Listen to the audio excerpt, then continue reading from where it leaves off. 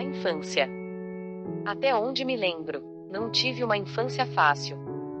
Morava dentro de um barraco de madeira, com os meus pais e meus irmãos, num bairro pobre, da zona norte do Rio de Janeiro, rodeados de comunidades. Eu era a segunda filha, dos 4, que meus pais tiveram. Eu gostava muito de estudar e me dedicava ao máximo. Minhas matérias preferidas eram matemáticas, português, inglês, química, física e biologia. Bom, era mais fácil dizer que eu não gostava de geografia nem história. Seguia a vida estudando e ajudando dentro de casa, com os afazeres domésticos, que uma menina da minha idade podia fazer para ajudar a mãe. Aliás, fazia mais que isso. Lembro-me que, com 8 anos, eu usava a máquina de costura industrial, para ajudar na confecção de roupas e na produção de materiais para ser vendidos na Quinta da Boa Vista em São Cristóvão, nos dias de domingo, com os meus pais. Nós confeccionávamos catavento, avião de isopor, bolas, petecas, carrinhos de madeira. Todo esse material era para ser vendido como meio de aumentar a renda para ajudar no orçamento familiar.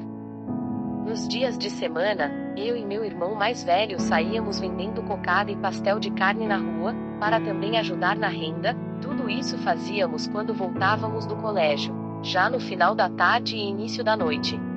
Era costume eu limpar a casa para minha mãe, fazer comida, lavar roupas de todos os integrantes da família na mão, tudo isso no tanque de pedra, debaixo do sol quente, onde escorria sangue do nariz, de tanto tempo que ficava exposta.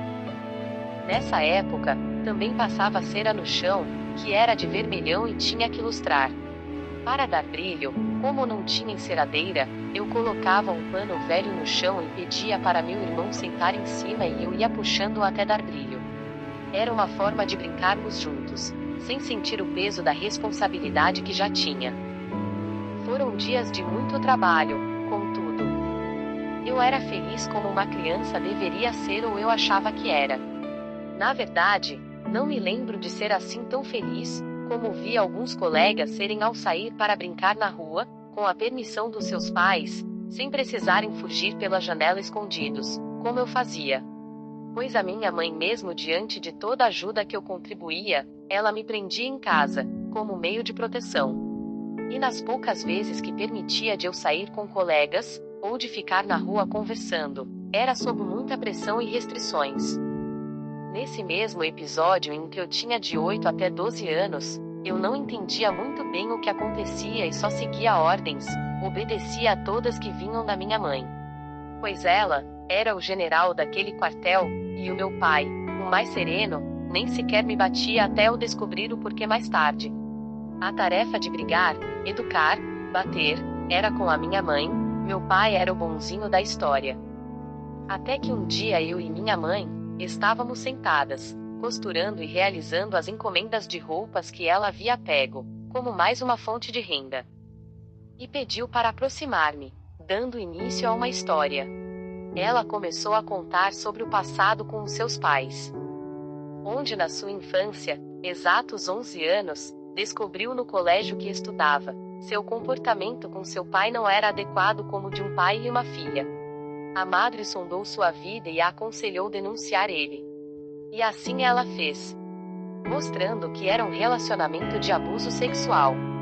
E então descobriu que com 2 anos de idade, morando no interior do estado do Rio de Janeiro, em Campos dos Goytacazes, havia perdido a mãe sem saber ao certo se tinha sido assassinada ou cometido um suicídio, devido que haveria por descobrir mais tarde, sobre o que tinha acontecido com os filhos. Que seu marido e pai de seus filhos abusava sexualmente deles, sendo ela, minha mãe, um bebê de 2 até os 11 anos, ter sido mulher do seu próprio pai e seus irmãos também. Mas fato é que ela não tinha mais a mãe, e cresceu assim uma vida sofrida, de família em família, apanhando, sofrendo e trabalhando como escrava. Depois desse dia comecei automaticamente a analisar minha mãe.